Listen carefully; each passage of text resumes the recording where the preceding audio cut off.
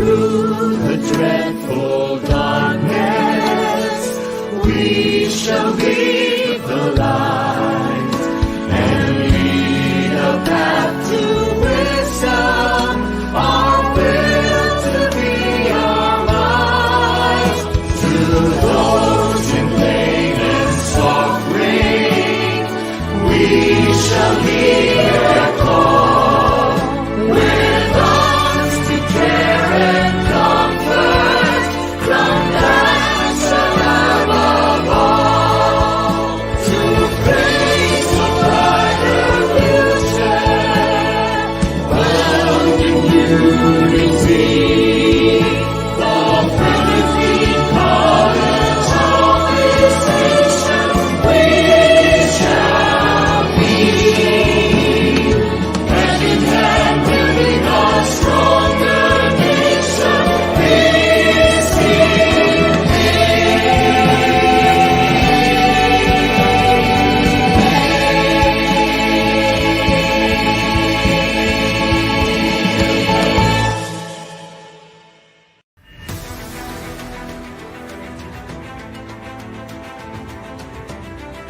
The Philippine College of Physicians, through the Committee on Media Communication and Health Forum, presents its bi-monthly lay forum to promote the advocacies and mission of the college and its component and affiliate societies.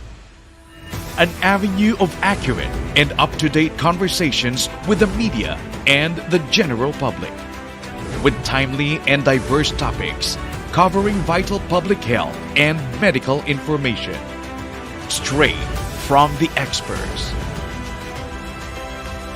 In a platform that is convenient, accessible, and highly engaging. Welcome to the PCP Health Forum.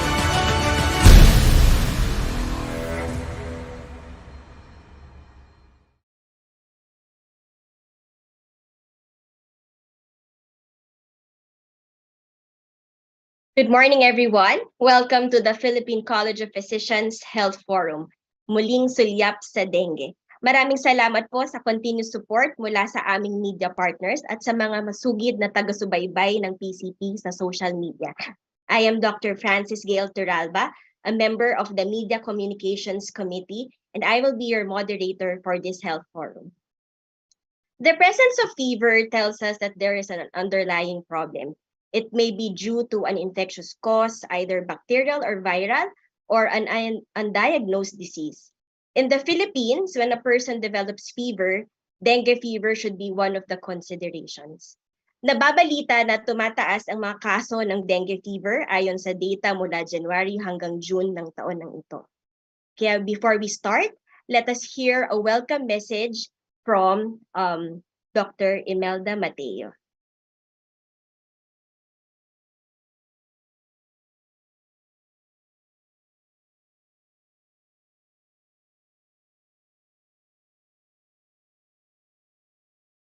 Dr. Imelda Mateo is currently the Secretary of the Philippine College of Physicians, and she is also the President of the Philippine College of Chest Physicians. That's all. Welcome, Dr. Imelda Mateo. A pleasant and blessed morning to all of us. Welcome everyone, especially our media partners, our colleagues, the members of the PCP, to this third PCP Health Forum. I know the topic for this session will be very relevant, as we know that the cases of dengue are already increasing, and we know also the impact and the catastrophic event or effect that it may have in the adults when they get infected with this illness. So let's sit back, listen, enjoy, learn, and be reviewed everything about dengue that will be discussed, of course, by one of our board members as well, Dr. Berba, and that I know we can have precautions and be cautious and be safe in our day-to-day encounter and activities, and protect ourselves as well to the mosquitoes that are carrying this virus. So once again, let's all learn a lot and be reminded of this important illness that will be inflicting or might be inflicting any of us. So be careful, everyone. Good morning. Thank you once again for being with us in the third PCP Health Forum for fiscal year 2022-2023. Good morning. Have a pleasant and safe and a blessed day, everyone. Thank you.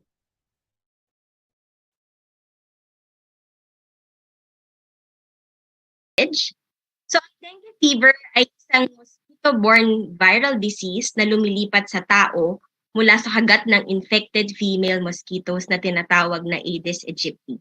Ayon sa World Health Organization, ang mga dengue epidemics ay may seasonal patterns na ang transmission ay mas nagpipik o tumataas sa panahon na tag-ulan or during and after rainy seasons. So in order to reduce the burden of dengue in the country, early detection and diagnosis, including prevention and decreasing the risk of transmission of the dengue virus is important. Dapat lahat tayo maging alerto sa warning signs at posibleng complications of dengue fever kung hindi ito magamot agad. Kaya muli tayong susulyap sa dengue. To educate us more, we have a distinguished speaker na bibigyan tayo ng liwanag sa ating mga katanungan. So later on, you may type your questions in the chat box after her lecture. It is an honor to introduce our speaker. Our speaker is the present member of the PCP Board of Regents. She is Professor 1 at the University of the Philippines, Philippine General Hospital. She is the chair of the Hospital Infection Control Unit and the Antimicrobial Stewardship Committee at the UPPGH. She is also the head of the UP Prime TB DOTS at PGH and the member of the COVID Crisis Committee at PGH. Let us all welcome our distinguished speaker, Dr. Regina P. Berba.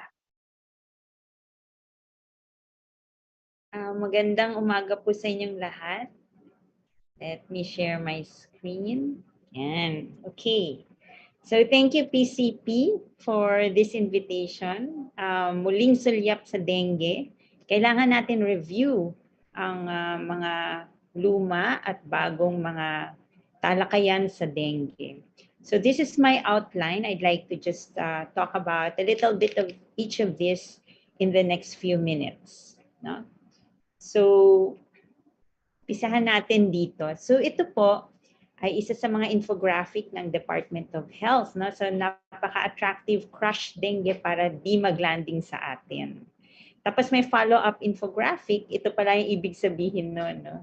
So, actually, last June, just 2 months ago, June of 2022, nagkaroon tayo ng Dengue Awareness Month. And it's just timely kasi talagang kailangan mas maging vigilant tayo about dengue. So, just before that month, as of the last few days of May, sinabi ng DOH, uy, parang ang ganda ng news, lower dengue cases for the first half of 2020. So parang sabi natin, uy, magandang balita yan. Kaya lang, but wait, there's more. Yun pala, the following month, by July, ito na yung makabagong updated census ng dengue cases in the Philippines. No? It's actually from a low start, biglang nag-catch up.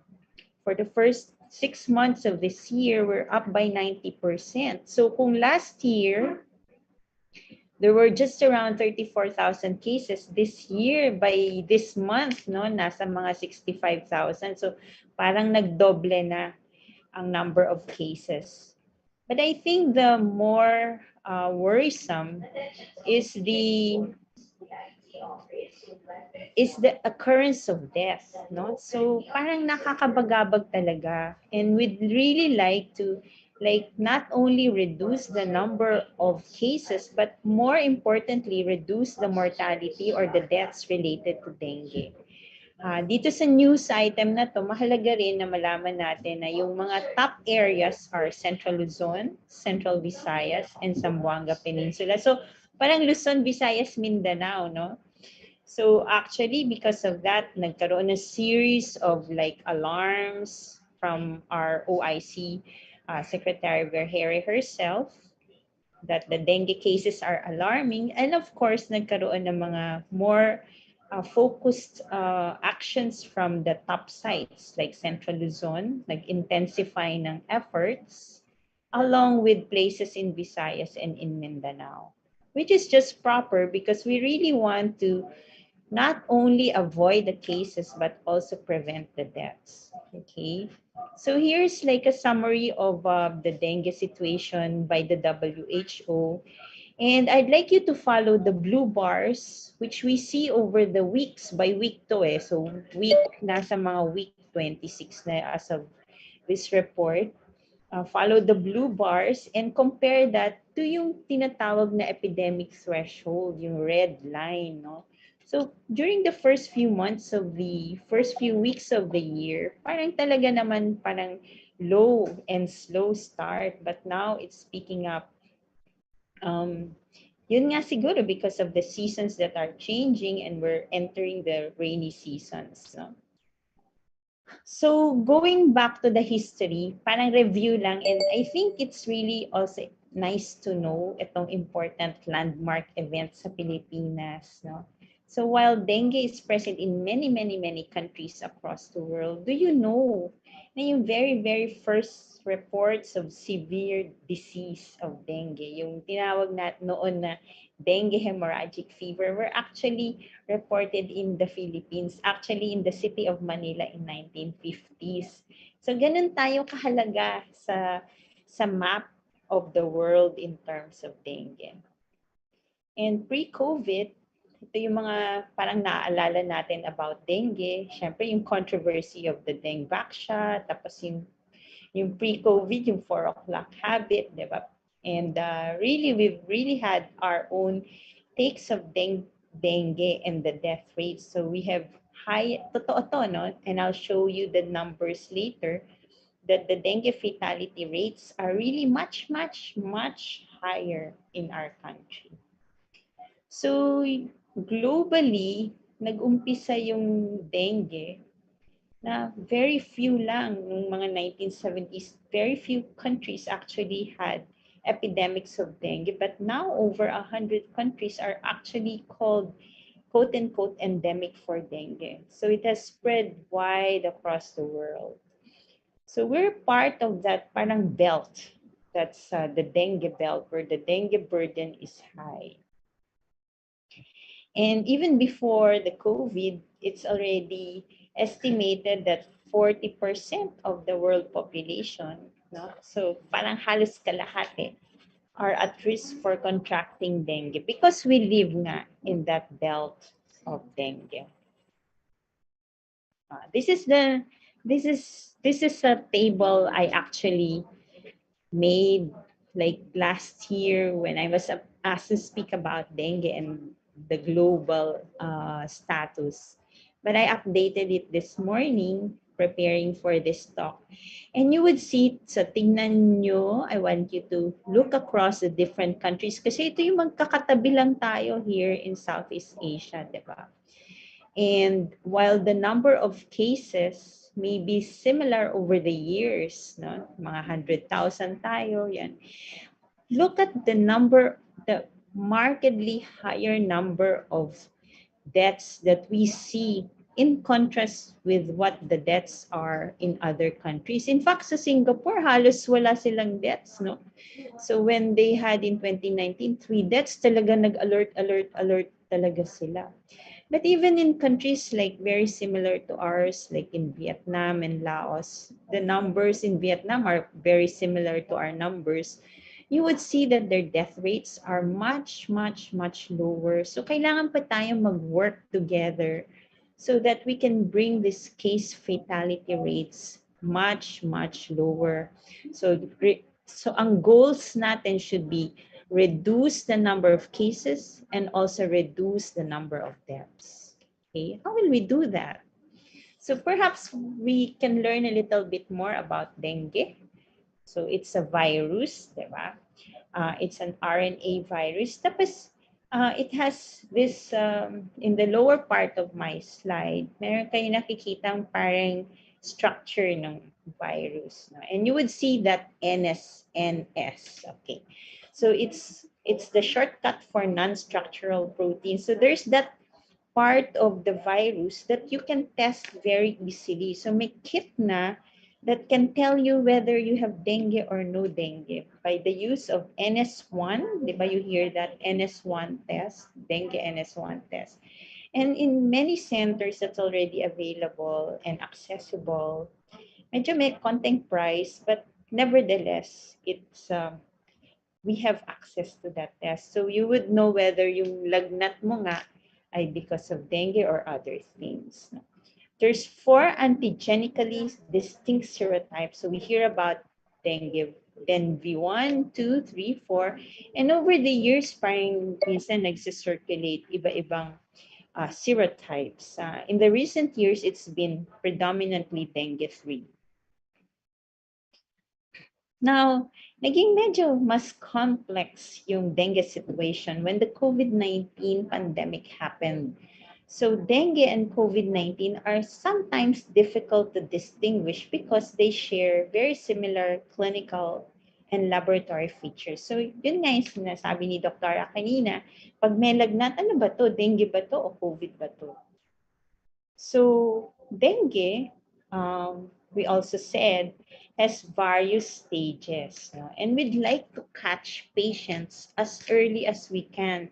Para sa ganun, they probably will fall under dengue without warning signs so that we're able to not have the warning signs anymore and not progress to the severe kinds of dengue. So yan. So habang nandun pa lang tayo sa probable dengue, maybe it's good to consult, whether face-to-face consultation or over the telemedicine platforms. No?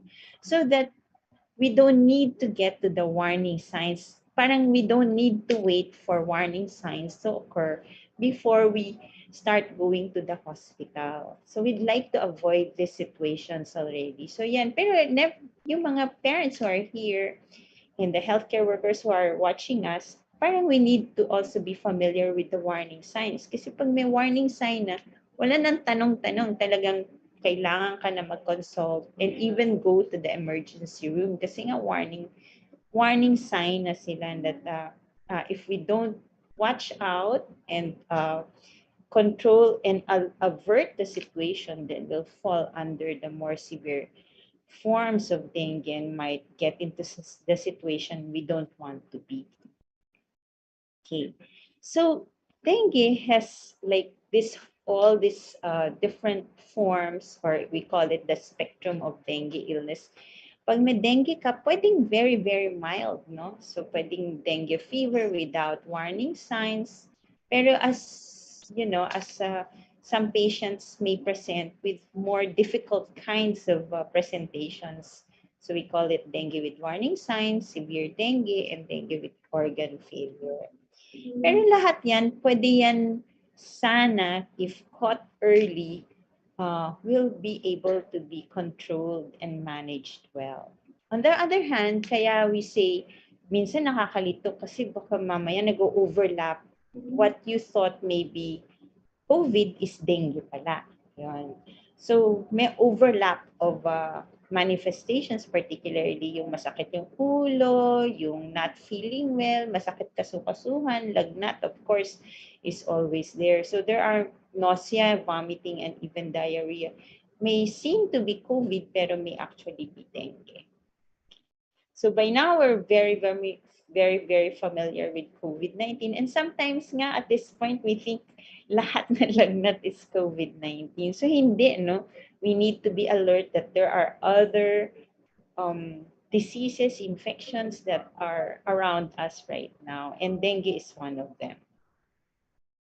So, but magkaiba yung transmission ng dengue and COVID-19. And sometimes when patients come and consult or go to the emergency room, we ask about these things, no? Na-expose ka ba sa somebody na may COVID-19 versus pumunta po ba kayo sa isang lugar na may dengue infections doon? So that's why it's important. We know na dengue is transmitted by this female Aedes aegypti mosquitoes na infected din versus COVID, which is really by respiratory route. The incubation period, parang halos magkapareho sila. No? So, from the time in dengue, from the time you get bitten by mosquitoes, usually somewhere between 3 to 10 days, but more often it's within a week. So 7 days, magkakalagnat ka na. Minsan nga mabilis in 5 days meron ka na symptoms versus COVID, used to be mga 14 days, 4 to 5 days from the exposure. Pero more recently with the Omicron, di ba? Minsan 2 days pa lang meron ka ng symptoms. So these are some of the things that help doctors and other health professionals differentiate between dengue and COVID-19. Pero ultimately, you really need the test to differentiate them. Dengue here and COVID-19 at the very start in the mild to moderate presentation may be very, very similar. Except of course yung dengue, usually wala siyang sore throat, usually wala siyang respiratory symptoms. So wala siyang mga ubo most of the time. Pero yung fever, masakit yung ulo, masakit kasukasuhan, parang almost the same as COVID-19. And when they get sicker, mas parang halos the same na nga sila. So there's a lot of changes that happen. Risk factors, COVID-19, alam na natin yung mga tinatawag na comorbidities, mas matanda, usually more prone to the severe types of illness versus dengue na parang hindi very clear kung ano yung risk factors for severe illness. Basta alam lang natin extremes of age, secondary kind of dengue infection, at saka maybe those who miss the opportunity, hindi sila nag-hydrate, for example, are more prone to severe illness. Okay. So, nung nag-umpisa yung COVID-19, there were predictions initially forecast that the dengue outbreaks will be more likely. So ito yung mga unang lumabas na parang sabi nila, oh, now that there's COVID-19, dengue outbreaks are probably going to be more a problem. And actually, we were warned that double punch, parang double trouble, di ba? Especially in dengue endemic areas in Asia. Expect more problems. Yun yung sabi nila sa atin noong 2020. And that's maybe because the pathophysiology shared by COVID-19 and dengue are very, very similar. No? Parang nagkasakit ka ng COVID, nagkasakit ka ng dengue. Minsan nga nagkaroon ng cases, hindi madami, pero meron na pareho siyang may dengue at saka COVID-19. But more often, it was probably parang coincidental. So this really became the challenge. So ito yung parang mga bagong concepts ngayon in dengue. Not only are we dealing with dengue per se, pero the dengue in the context of the COVID-19 pandemic. There's also that misdiagnosis of dengue. So kala COVID-19, yun pala dengue. So parang na-miss, no? So this have been reported actually in literature yan, warning. So baka dengue pala, pero nagpa-positive sa mga tests for COVID. So they actually showed mga sa blood test, no? Kasi yung mga antibody mixing, nagka-cross reaction yan. In Singapore na nag-false positive yung mga COVID tests. Akala COVID. Tapos pwede ring akala dengue. So there's some cross-reactivity in the tests because it is believed that they may be sharing some antigens. Diba kanina I showed you na yung dengue has this structure And some of the antigens may actually cross-react with SARS-CoV-2, which makes sometimes diagnosis a little bit more difficult. But usually, yung mga magagaling na mga doktor dito sa Pilipinas, kayang-kaya to differentiate. No? There was also this very interesting study, share ko sa inyo.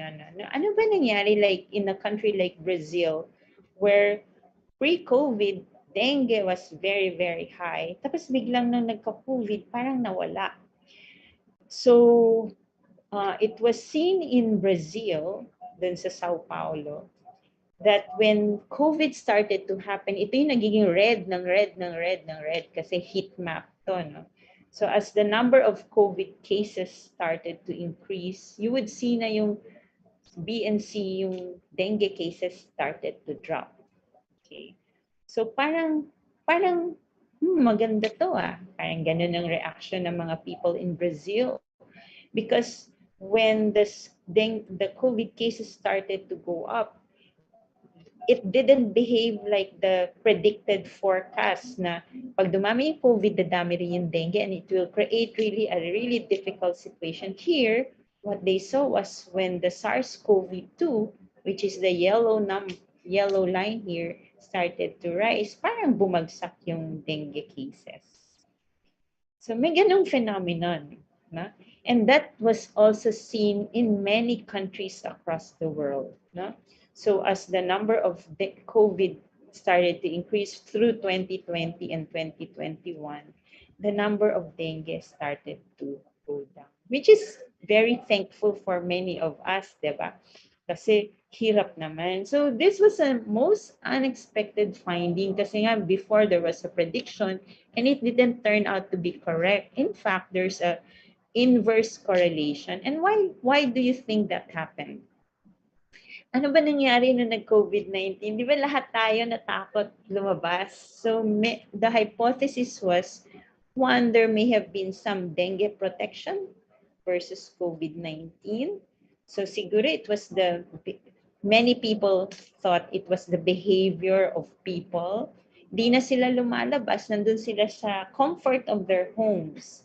So maybe that led to the drop in the number of exposures to the mosquitoes. So hindi na masyado nagkakadengue yung mga tao.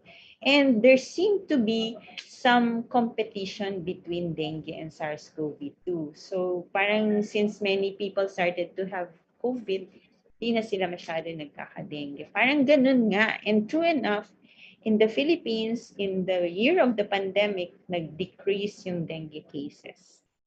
Pero ngayon, kasi parang bumababa na ulit yung COVID, tumataas na yung cases natin. People are again going out and behaving like the pre-pandemic. So we expect the numbers to again go up. Okay.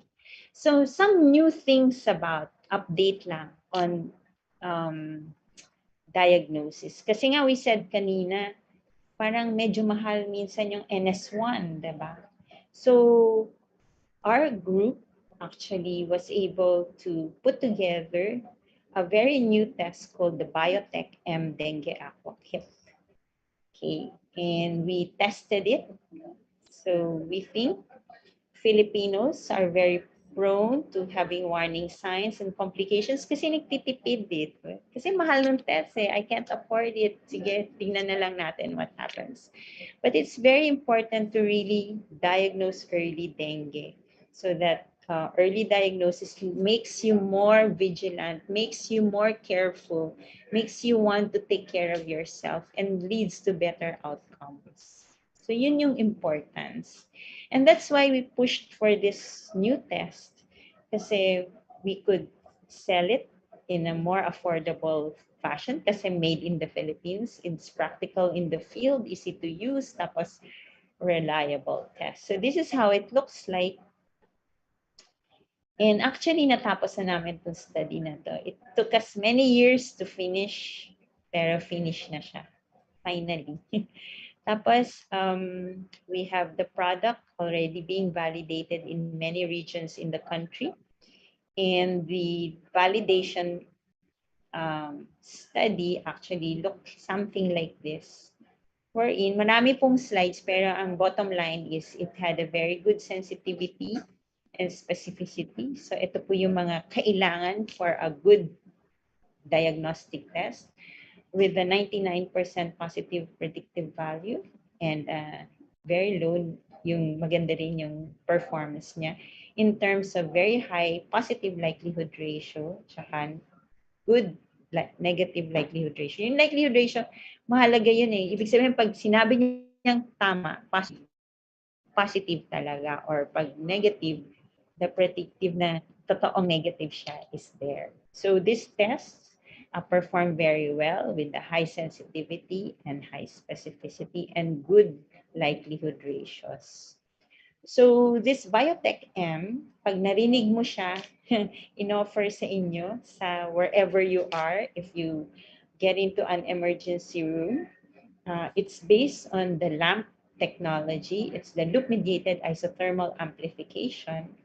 So parang ganyan, madaling gamitin, madaling i-interpret, and it's performed fairly well. So we've been able to present it in many conferences pre-pandemic across the world.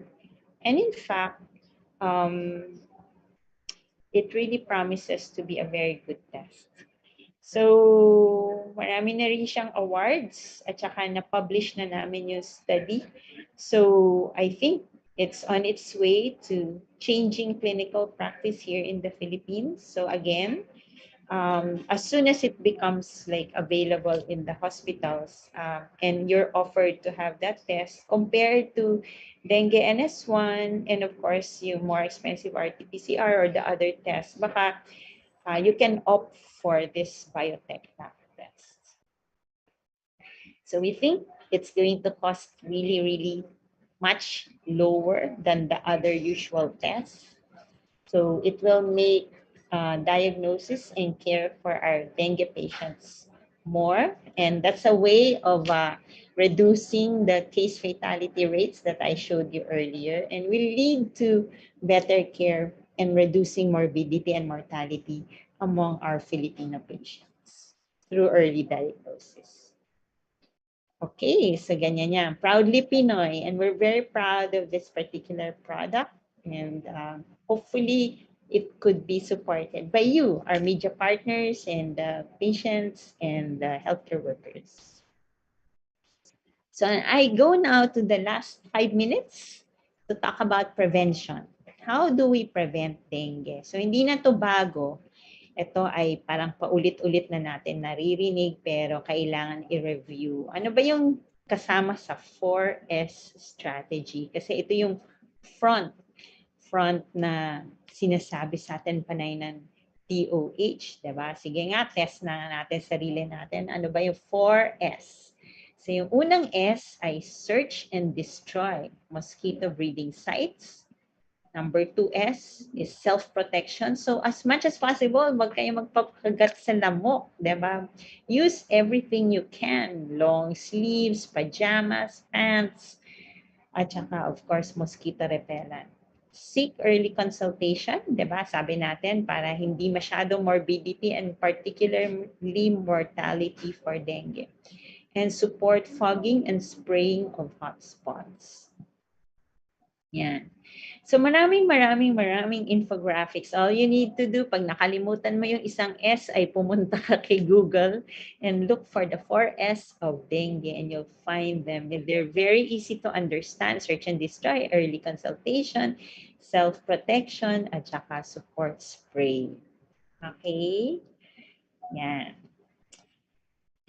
Saan ba tong mga lamok na to? Paano natin sila isa-search? Diba? How do you search for this mosquito where they live? So they like dark places. So sa bahay nyo, tingnan nyo, saan ba yung dark places? Usually ito yung mga garahe, sa ilalim ng kotse, sa ilalim ng sink, diba? Dun sa inyong kitchen, yung ilalim ng inyong sink or dun sa mga banyo nyo. Yan. Dark places, they breed in clear, stagnant water. From larva to mosquito in like 2 weeks, ano na sila, adult mosquitoes, pwede na sila mangagat. They are day biters and frequently they bite just before sunset. Okay. So, ano yung ulit yung symptoms ng dengue? So, high fever, rash. Rash, walang clear description yan. Basta parang namumula, no? Yung mukhang red lobster. Aches and pains, loss of appetite, nausea, vomiting, sakit ng kasukasuhan, sakit ng ulo talaga, di ba? They break bone disease ang tawag, parang nababalib daw yung buto nyo. Break bone disease is the parang late term for dengue. The time of attack is 6 a.m. to 8 a.m. and 4 p.m. to 6 p.m. These are some additional information from the DOH website. So you can just log into the doh.gov.ph and then look for dengue and you'll see all the details of what you need to do. Meron rin yung Red Cross. So okay din siya isa-isahin para we see the importance. So essentially, you really need to look for the sites where they breed. Tapos tanggalin yung tambak at kalat, takpan yung mga basurahan, tsaka yung mga where the water pools, tapos i-dry. Dun sa ilalim yung how can you protect yourself. So gumamit ng kulambo, insecticide, tapos wait lang, sorry. Tapos yan. How do other countries do it? So Singapore has, in addition to the 4S, what they call the block, break, lift. Ito kasi sa Singapore, 'di ba, para mga mostly cities, so they have a lot of potted plants. So they think dyan nagtatago yung many of the mosquitoes. So break, lift, pati yung ilalim ng flower pots, no? Overturn and change pati yung mga water sa vases. And keep the gutters clear. So that's their acronym. So actually, they're very, very, very particular about the containers of water. And in fact, they said that as little as a drop of water can breed mosquitoes. They call it mosies.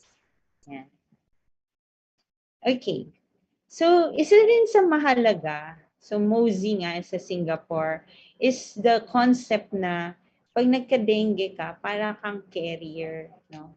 So, while you have acute fever, if a mosquito bites you again, if you have dengue and a mosquito bites you again, that mosquito, if he bites another person, can pass on the dengue to another person. So, yeah. So, as much as possible, kung may dengue tayo, stay at home pa rin, di ba? Kung pwede nga go under the kulambo para the mosquitoes won't bite you. Okay. And during dengue seasons like now, as much as possible, do everything to reduce your exposure to mosquitoes. Okay? Parang, di ba, tinuturuan tayo ng mga derma na panay tayong maglalagay ng mga UV light, against UV light, mga SPF 50 to protect our skin. Ganun din yung iisipin natin about taking care of ourselves against dengue. To maybe put insect repellent where we may have be exposed, some of our skin may be exposed. So again, wait. So wear long sleeves, use repellents, consider mosquito net, close the doors, windows, use screens, and avoid areas with standing water. So sa Pilipinas tong galing to sa Pilipinas. And galing sa New Zealand, yan, fight the bite. Diba? Parang madali tandaan, fight the bite.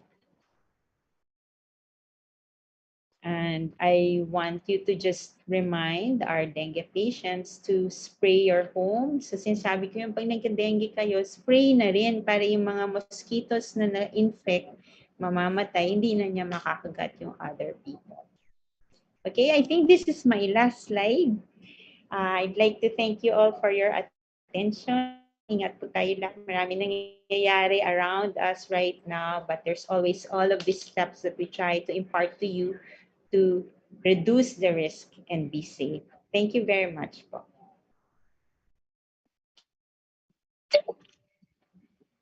Thank you very much, Dr. Raberba, for your very comprehensive and informative lecture. I'm sure marami pong natutunan ang ating mga tagapakinig. It is an eye-opener to see that the burden of dengue is markedly higher in the Philippines, and we have to reduce the number of cases and reduce the number of deaths. It's good to hear po that we now have the Biotech M dengue kit, which is more affordable. But before we discuss, Dr. we have several questions coming in. I hope you can engage us one by one. So our first question is, what factors daw, Dr. do you think caused the increase in the number of dengue cases and also the previous decrease in the cases, yung previously? So in the previous years, I think nga, it was a change in our behavior as kasi yung buong population natin, di ba, decided to work from home, di tayo masyadong lumalabas. So our potential exposures to mosquitoes really drastically went down. Pero ngayon kasi lumalabas na tayo ulit, almost back to usual. So the previous exposures we used to have will be there. There's also some talk about yung cycling of the dengue serotypes, na serotype 3 yung more present right now. So perhaps that contributes. But I think it's really mostly the change in the behavior of the population. Okay pa, Dr. We have other questions from Joseph Morong. In the chart showing the bar number of cases with respect to epidemic levels, would you say in the Philippines we're near epidemic levels? And number 2, why do we have more deaths? How does one die of dengue? Number 3, rule of thumb to distinguish between COVID and dengue. So medyo maraming questions po siya, no? It's in the chat box po. Sir Joseph, thank you very much for your questions. Parang a little bit over tayo what is said to be the epidemic threshold. So yes, nag-a-alert talaga lahat. Pag nakita nyo yung regions and how the dengue program has been intensified to really look for all of the potential sources of infection, pati the mosquito, breeding sites of the mosquito. Parang talagang yun. We went above the usual threshold of epidemic. Why do we have more deaths? Actually, we have been for the past 5 years around 0.4%, which is much, much higher than the other countries na usually less than 0.00 something sila. So why do we have more deaths? I think nga, well, if I'm to make some of my points, I think a lot has to do with our health-seeking behaviors. Siguro, sometimes on the sicker patients that we see in the hospitals, I think may have been prevented kung they came in early. So that's why dun sa isa sa mga S is early consultation kasi early consultation will lead to early diagnosis, will lead to better outcomes. So minsan kasi we shrug off fevers and not feeling well with many other things. Tapos, yung dengue kasi, the pathophysiology of dengue, why do people die of dengue? Mostly, yung parang they get into a state na nade-dehydrate sila. Mostly ganun because of the pathophysiology and the changes that happens when you have dengue.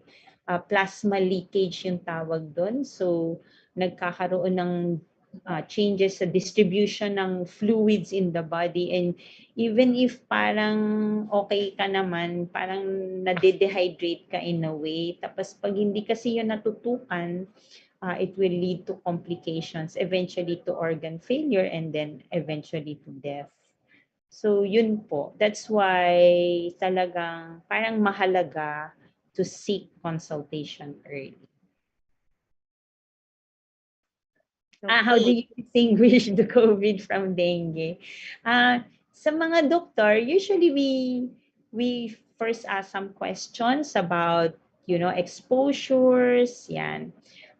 Tapos we sometimes end up, depende sa minsan picture ng CBC, mga laboratories, and then we do use tests like kung may respiratory symptoms, maybe I will really pursue the COVID PCR test. Or if I'm thinking more of dengue, I will test for using the available dengue tests.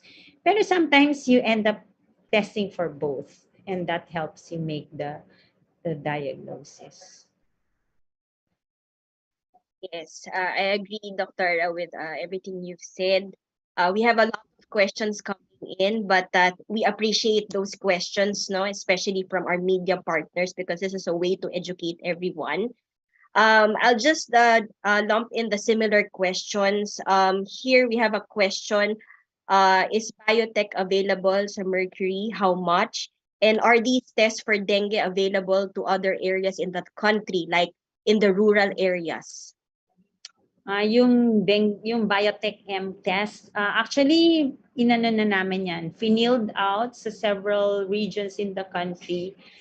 Pero hindi pa siya available sa drugstore or sa pharmacy. Nandun pa lang siya sa validation. So yung mga governments nyo have access to them, and they could be used kung meron pa. Yeah. But eventually it will be maybe available for sale. Pero hindi ko pa I'm sure wala pa siya sa commercial level ngayon kasi bina-validate pa lang on how we will be able to logistically distribute them across the country. Okay, so we'll just wait for the final rollout of this kit po.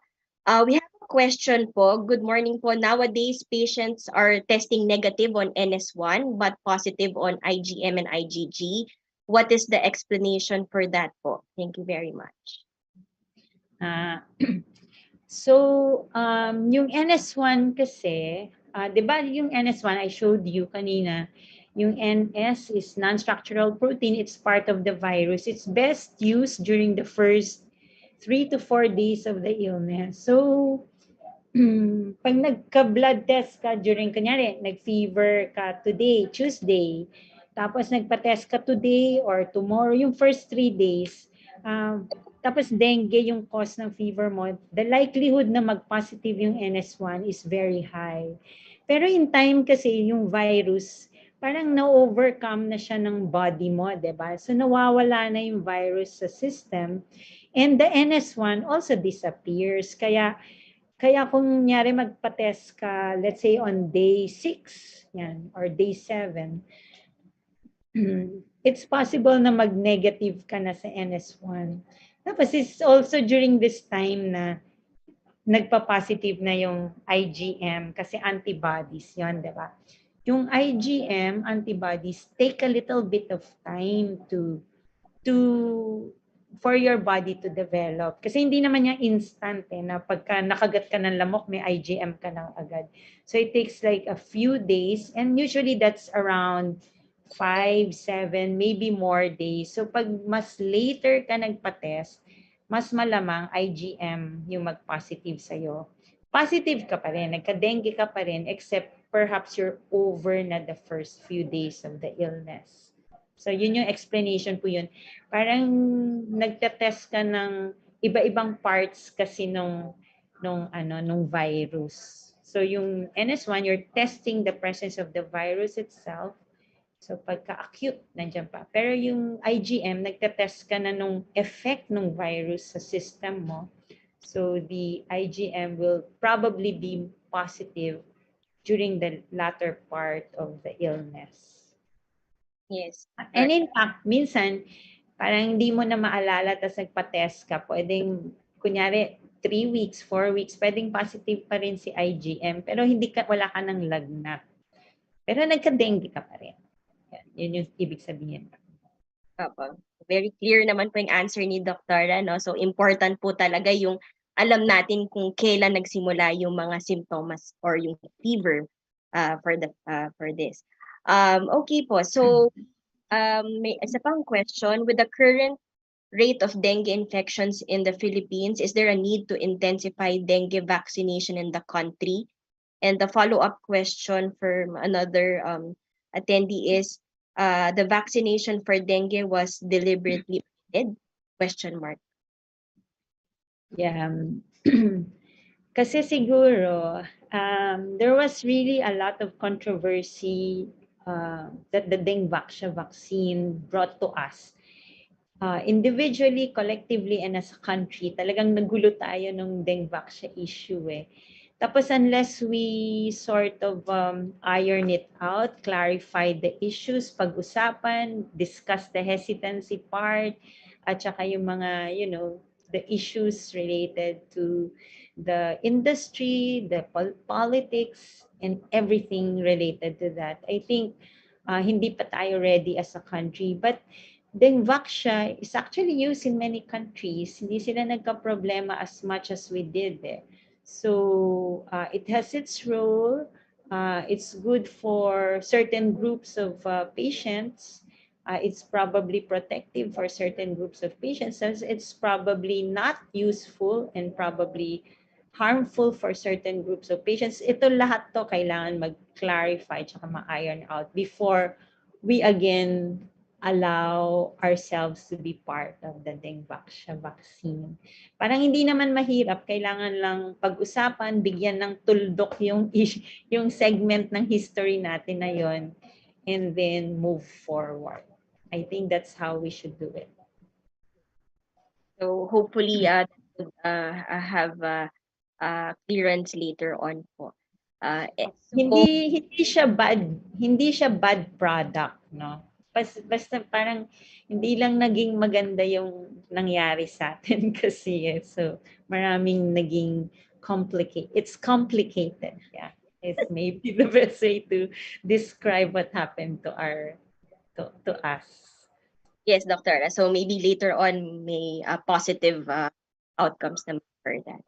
Okay, so another question is, alin po ang mas dangerous? Monkeypox or dengue po? This is from Ms. El Surara of Radio Aguila 25. Magkaiba po silang sakit eh. Sobrang magkaiba sila. They're both viral infections pero they're very different in lahat. In transmission, in the population at risk, at saka yung effect niya sa katawan natin. I would say, kung ako po, parang mas ayoko magka-dengue. Pero mabilis lang yung dengue eh. In a few days, magaling ka na, di ba? Versus monkeypox na mas matagal. So, baka mahirap po siya i-compare. Siyempre ako, I don't want to have either of them, di ba? So, I will make as much effort to reduce the risk for both of them. So sa dengue po, magta-try ako talaga na wag makagat ng lamok using all the 4S. And sa monkeypox po, magta-try po ako na not engage in mga risky behaviors that will lead me to be exposed to monkeypox. Okay, Dr. So again, it's a different illness. But the important thing is we should identify them separately. We had, I think 2 weeks ago po na-discuss na po ng monkeypox dito sa Health Forum. You may go back to our previous videos of this. We have a question from Facebook Live from Alma Makaspak. Good morning. Do we need to admit patients who have platelets below 100 but active, with good appetite, with no hemo concentration and bleeding? Ako po, usually, depende yun rin yan po sa situation. So, pag sobrang malapit lang siya nakatira sa ospital, maybe kundi po siya masyado matanda. In other words, parang quote and quote good stable patient, maybe I will allow to stay at home with instructions and precautions. But in general, I do admit patients who have platelets less than 100. Depende rin po yun sa part of the dengue infection where you are. Alam nyo, medyo predictable po kasi yung dengue, di ba, Doktora? Alam na natin kailan siya bababa yung platelet, kailan na siya tataas. So, kung nandun na siya sa part na pataas na siya, pwede ko na po siya i-discharge kahit ang kanyang platelet ay let's say 90. O, sige, uwi na po kayo. Pero kung nasa mga 30, 40, talagang a-admit po sila. Kasi gusto mo rin sila bantayan. And there is always a risk for bleeding when the platelets are very low. Yes, definitely po, no? So, talagang there's the need to admit is because we want to have closer monitoring for our patients po, no? So, I think we don't have any more questions, but I am very we have another one. Sorry. May pahabol from Bagay Dolores Isidro. Would defogging just let mosquitoes transfer to another area? Meron ngang ganong thought, yes, ma'am po. So, kailangan kasabay ng defogging, parang may talagang spraying, meron talagang active ingredient kang nilalagay para sa ganun, mamatay yung mosquito. So, again, in the homes, part po yun ng discharge instructions natin sa mga pasyente. Habang naka-admit siya, for example, sasabihan ko, sige po, sabihan niyo yung mga kasama niyo sa bahay, mag-spray po sila para mamatay yung mga adult mosquitoes who were infected already. Yan. So, the fogging also is similar to that concept. Pero yun nga, I know what you mean, di ba? Pag nag-defogging tayo, parang pinapapunta lang natin sa next barangay. Pero alam na po yan ng mga LGUs. They also use some mosquito, ano ba tawag sa kanila? Yung para mamatay yung mga mosquitoes. Para sa ganun, hindi mo naman siya just passing on to the next part of the barangay. So may ganun po. Alam na po yun ng mga kasama natin sa barangay. Yes, Doctora. Recently, we had the defogging here at our area. So I think it's a continuous process po, no, nung following the 4S, no? So first talaga is to seek and destroy. So I think we don't have any more questions. This was a really engaging lecture po, Doctora. I'm sure everybody learned a lot. Hopefully, our audience and media partners also learned a lot from this lecture. Before we end, I want to ask for your final take-home message, Doctora, for our audience. So we are in the belt talaga of dengue. We are at risk just by merely being in the Philippines. Party po talaga tayo ng belt across the world that has the Aedes mosquito. So dahil nga nasa dengue season tayo right now, it's not bad na habang we are working on and maintaining our COVID precautions to also be alert on the dengue precautions. So yun po yung 4S na minention natin kanina. Very important po na maalala natin sila. That's it po. Thank you very much, Doctora. Thank you for everyone who sent in your questions. We appreciate all the questions, kahit madami, okay lang po yun. I'd like to call on for our closing remarks, to give us a closing remarks. We have Dr. Maalidin Birwar. He's the present PCP Board of Regents and the President of the Philippine Society of Nephrology. Magandang umaga po sa inyong lahat. Pinapasalamatan ko po lahat ng mga dumalo or umattend sa ating health forum. Especially din po sa ating speaker, si Dr. Berba, na napakaliwanag po nung kanyang pag-explain sa atin about dengue, which is something that is very important that we shouldn't forget. Dahil po baka puro COVID na lamang po yung ating naisip. Huwag po nating kalimutan na mga iba pa pong sakit na maaring dumapo sa atin na ikakapanganib ng ating buhay. No? And yung forest po ay napakasimpleng mga kailangan nating gawin para maiwasan yung pagkakaroon ng dengue. And also din po kay Dr. Turalba for moderating the session very well. Yun lamang po, magandang araw po sa inyong lahat and hope to see you in our future health for sessions. Thank you. Thank you very much, Dr. Birwar. Thank you very much, Dr. Berba. Nakita po natin ang pagkakaiba sa COVID at dengue. Tandaan natin ang spectrum of dengue, yung pagkakaiba ng dengue with and without warning signs at ang severe dengue. Sigurado po marami tayong natutunan sa lecture ngayong umaga. Isa sa take message ay dapat natin tandaan ang 4S: search and destroy, self-protective measures, seek early consultation, and support spraying or fogging.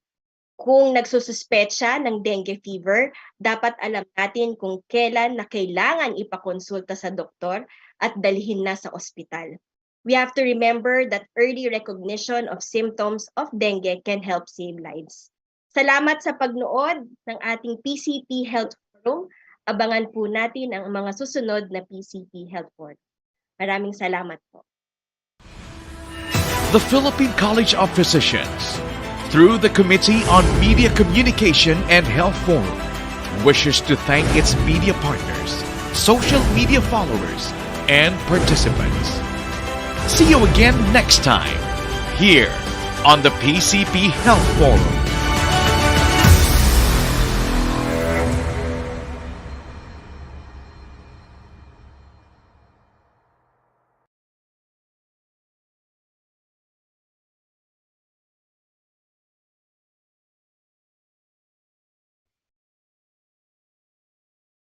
Thank you, Dr. Gail.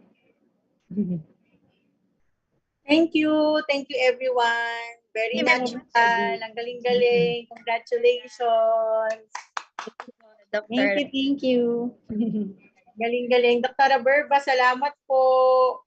Thank you, Ma'am Ginger. Thank you po.